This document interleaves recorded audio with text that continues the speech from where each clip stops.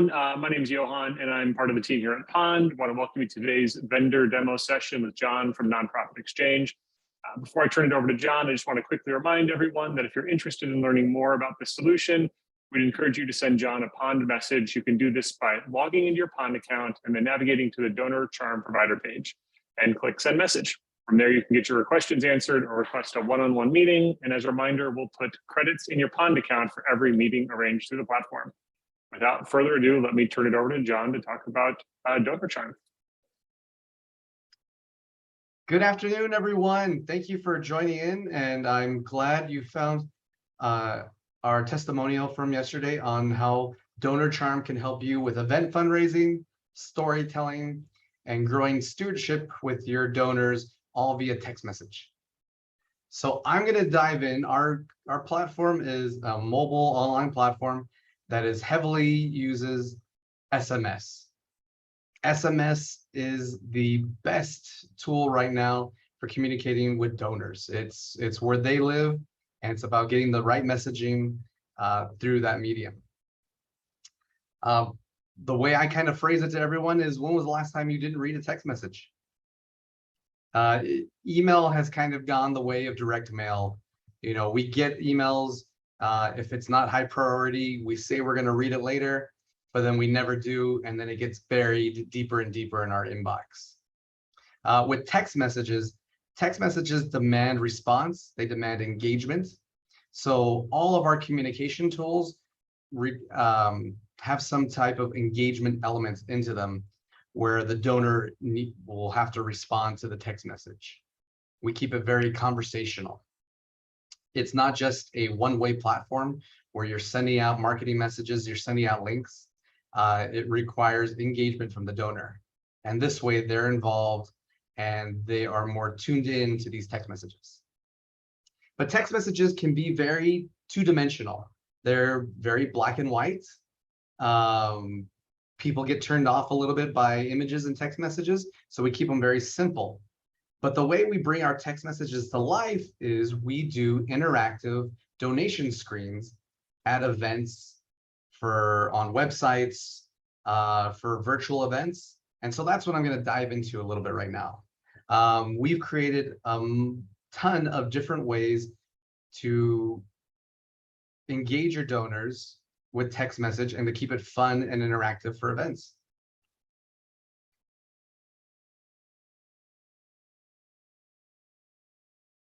So this is an example of one of our donation thermometers. This was built completely custom for a local hospital's breast cancer awareness event, where every time someone would donate via text message, their name would pop up and a new butterfly would pop up on screen. So at the start of this event, we had an empty sky and table tents on each table that explained, help us create a sky full of butterflies for a new world. And so as the event progressed, we grew and grew that cloud of butterflies throughout the entire period until we had this sky full of butterflies, live donor recognition, and a scroll of those who had already donated. This helps breathe life into the text message. It helps them create an instant reaction. It's not something where they donate, now they don't know what the money is going to. They don't see how they're involved with that goal. This helps to keep it real time and keep them involved. You know, our thermometer screens are, again, completely custom. It's based on your branding for the events or your branding for the organization. This is a virtual event we did with a food pantry in Illinois, where they had different tiers of donation levels, and it was about assigning donors to those recognition levels, with each one getting their own custom can as a representation of their donation. Now, from there, we've created something that's easy to use, that's very custom. And so we've taken it a step further. We've added games, we've created a level of gamification with donations. And going into that, we've done live donation challenges. Now, this was for a Girl Scout event that we helped with, where each table was assigned a different letter. And it was about having groups of tables compete against each other to see who could raise the most at an event. And again, all while people are donating, their names are popping up on screen for that instant recognition. But it's not just about just doing groups and doing a live peer-to-peer fundraising event. We also do it based on topics. Now, everyone's familiar with, you go to a coffee shop and they have 2 tip jars and it's about which Marvel hero is your favorite. So we've applied that same concept to the humane societies that we work with. With a number of humane societies throughout the country, we do, is your city a cat city or a dog city? And spoiler alert, most cities are dog cities. But that doesn't mean the cat people give up. No, they fight even harder. They try to donate as much as they can, and they will return to donate as much as they can later through the event to try to keep cats competitive. So we've added a number of different things that make this even more engaging. This is for a telethon that we do here in El Paso with the El Paso Humane Society. It's a 7-hour telethon on our local ABC affiliate. And to incentivize donations, whether you donate to Team Cat or Team Dog, if you donate $25 or more, you can upload a picture that goes into the rotation and shows up on TV during the telethon. The other incentive that we add to that is anyone who donates $50 or more is automatically put into a raffle, which is done throughout the telethon.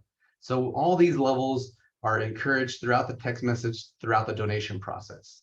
And at the end of their donation, after they've uploaded their photo, they have the ability to challenge a friend.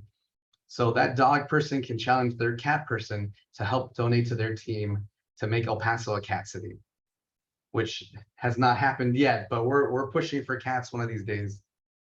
So again, this is an 11-hour, 1-day event with some pre-sale donations 2 weeks before. And again, all our screens are completely custom, completely animated. If you can think it, we can build it.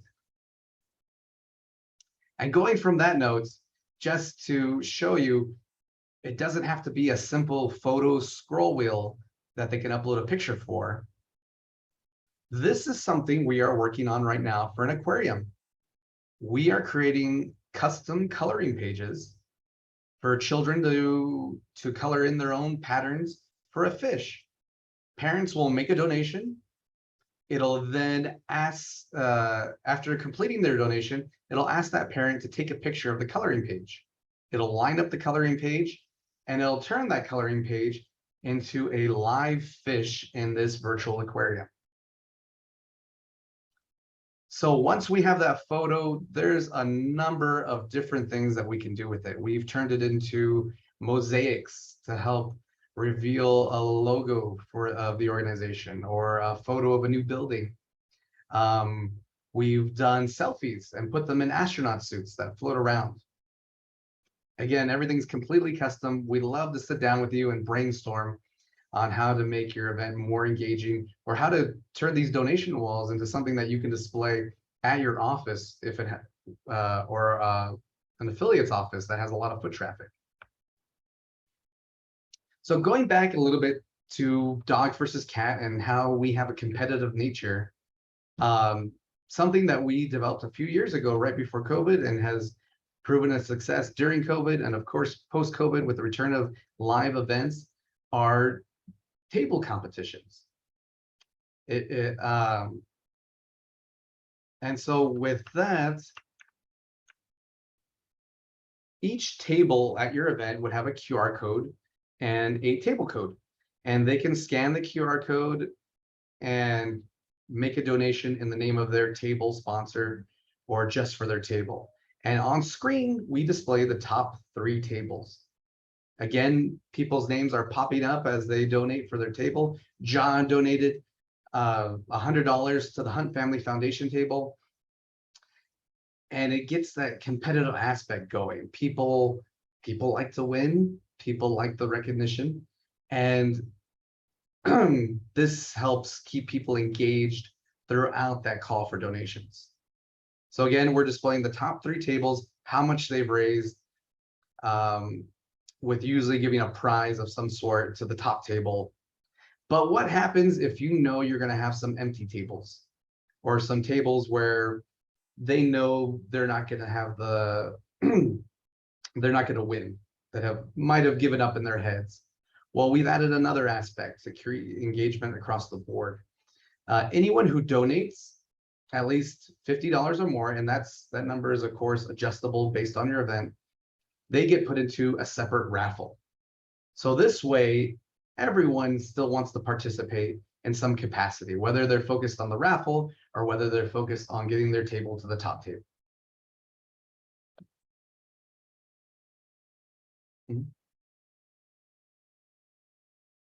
So again, another example of our table competitions, donor competitions, just using different thermometers. You know, as the event went on, our heart filled up with stars to show our community's dedication.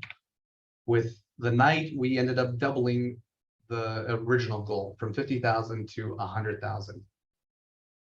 And it was great. We had tables challenging each other during the event, people donating to compete to see who was the party table, people donating $1 more than the previous donation to claim that title, and then conceding, saying, if you make another $1,000 donation, we will let you be the party table. It was a great, fun event. Over 400 people attended, and it's just a way to get your donors, your attendees engaged from all levels. One thing that Andrea talked about yesterday was this opened up a new spectrum of donors. You had the small donations to the very large donations, all on one platform, engaged together, building that sense of community at an event where nobody feels left out.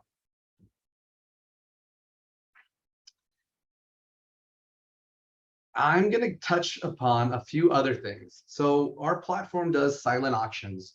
We do raffles. We have raffle screens. We have auction screens. We do storytelling via text, where depending on what program they donated to, now they're going to get a set of preloaded messages with video that go out to them over a span of 1 month to up to 6 months. So that way you can stay top of mind without having to remember to do that follow-up with your donors. And it's a great way to stay engaged with them, share some video about what their money went to, and then still having the ability to say, hey, we're working on a new project, reply, donate to this message if you'd like to help contribute. So we have a ton of different modules, and some of those modules can be reused for multiple things. We have a survey tool that handles storytelling that can also be used for scavenger hunts, all via text. Everything has been created with a modular use in mind, where it's only limited by your imagination and by what kind of activity you want to create with your donors. And so taking that again steps further, we are always adding new, fun, engaging components. We just recently launched our, if you're not familiar with Loteria, it's bingo with pictures, Mexican bingo with pictures. And so the way it works is it's just like bingo, where a number or a card in this case is called out, and people can donate a certain amount to play. Their cards are automatically highlighted based on what is called out. And we've used this for passive campaigns before, for 7-day campaigns, for just something that's virtual, where you can offer a prize to the first 5 to call out bingo, or in this case, Loteria. You know, a great case study we have is with our Humane Society, where it was a 5-day event for Cinco de Mayo, and almost $8,000 was raised from people playing bingo. So before I start going into questions, I'm going to go ahead and do a quick run through of some of our other screens. You know, we do silent auctions, and the same we try to keep it engaging and then live. So again, when anytime someone bids on an item, their name will pop up saying John bid on black hat. You know, and at events, I watch people cast their bids and immediately stare up at the screen because they want to see who they're bidding against. And some platforms, you don't get to see who you're bidding against. You just know you're bidding against someone. This helps, again, return that community aspect to digital tools. And again, all our screens are customizable, completely built around your brand, your event.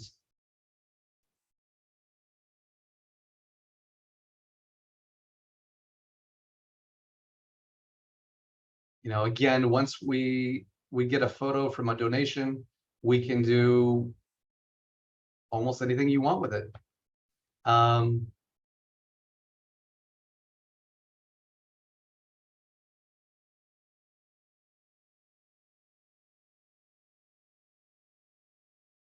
Our raffle screens, again, completely customizable on what type of item you want scrolling through.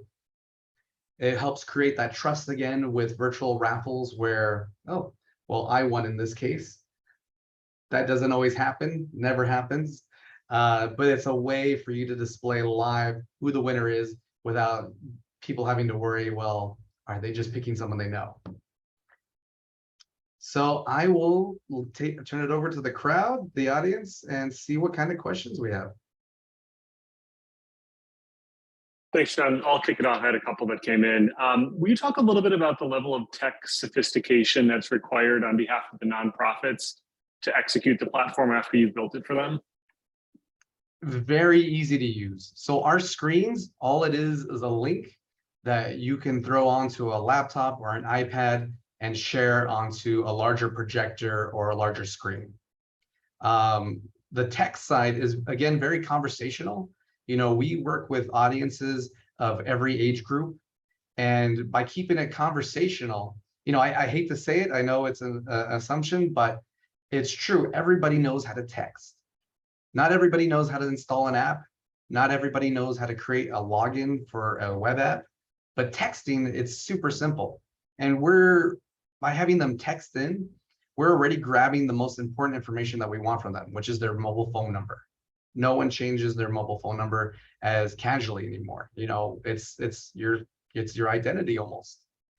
And again, by keeping our text message interaction conversational, rather than it just being spam messages with marketing information, it creates engagement and it makes it easy for donors of any age to participate. For instance, when someone texts in to make a donation via text, the system doesn't just automatically send a link with the donation page. It says, how much would you like to donate? After they respond with the amount, it'll then send them a link to complete that payment with it pre-filled out. So we're doing two things here. One, we're capitalizing on that impulse donation by making it very easy for them to say how much they want to donate. We've helped them set their own goal. Now, if I put a payment page right in front of them immediately, then they're going to go back and forth in their heads because now it's time to commit. And in most cases, we've seen people even increase their donations after their initial pledge because they've even thought about it more. So again, by keeping it conversational, it makes it organic. It makes it feel a lot more natural than just, here's the page, finish your payment. It lets them enjoy the event by casting that pledge. Later, after the event or the next day, they still have that opportunity to complete it. And the system will send out reminders as well, saying, hey, don't forget, you still have a donation to complete. Or, hey, you still have an auction item to pay for. That's great.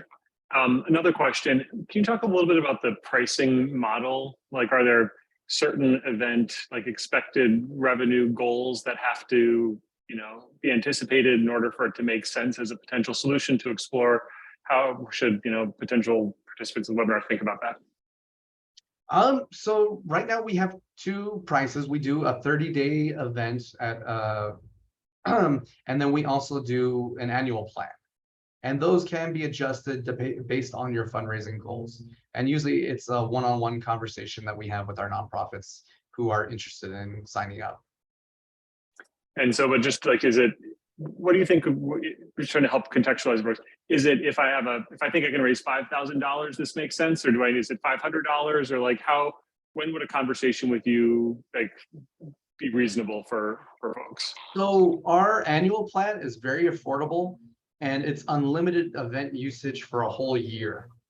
Oh, wow. So Okay. the idea is, even if you have that one gala that you want to use it for, this allows you to maintain relationships via text with your donors all year round. It allows you to do micro events throughout the year, even virtual events, something that'll cost you very little in actual startup cost, and allow you to create some kind of engaging event for your donors. Great. Another question just came to me. Says, can you talk about reporting capabilities? Like, what information do the nonprofits get after the fact on the people who've donated? So it's the full payment array where you're getting their name, you're getting their mobile number, of course, you're getting their address, everything that they would need to fill out to complete a payment. And you can export that information to an Excel or CSV.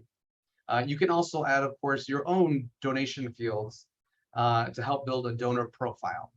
You can even do those fields later on, do text message, where you send out a text through all your donors saying, hey, what's your favorite color? Or what's your birthday?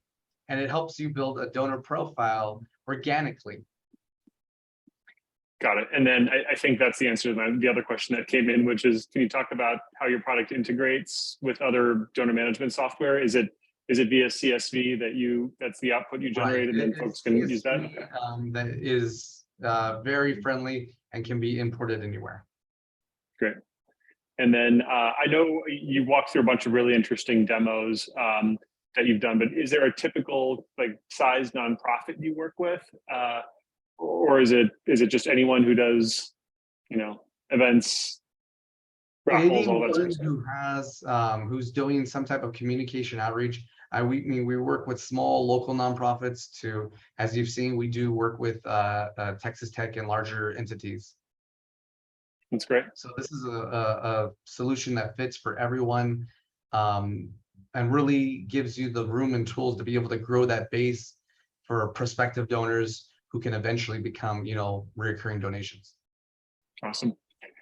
Just because I think it's interesting and it'll resonate with folks, we talk a little bit about nonprofit exchange and how Donorcharm fits into nonprofit exchange. So yes, the nonprofit exchange is a 501c3 nonprofit. These licenses that we are selling to other organizations help fuel our mission and our internal programs.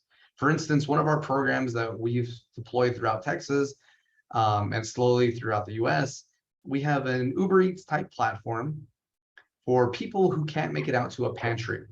The system, again, using text messages, will find a volunteer to go to that pantry, pick up their food, and deliver it to them, deliver it straight to their door. It's called Help Action. It's helpaction.org. It's free, completely free for pantries throughout the US to use, and has been instrumental in a few disaster-related incidents throughout Texas. That's great. Very cool. Anything we didn't touch on today? That was the end of the questions that have come in through the Q&A. Anything else that we didn't touch on that you think would be worth mentioning to participants? No, that's about it. If you are interested in learning more, you can check out our site at donorcharm.org. Great. Well, this was awesome. Thanks so much, John. I appreciate you taking the time to introduce people to Donorcharm today. And again, anyone who has questions for John, they can reach out either through the Pond platform or to a member of us as well. Thanks again for being a part of Camp Impact, John. Really appreciate it. Thank you again for having us. Thanks everyone for joining. I appreciate it.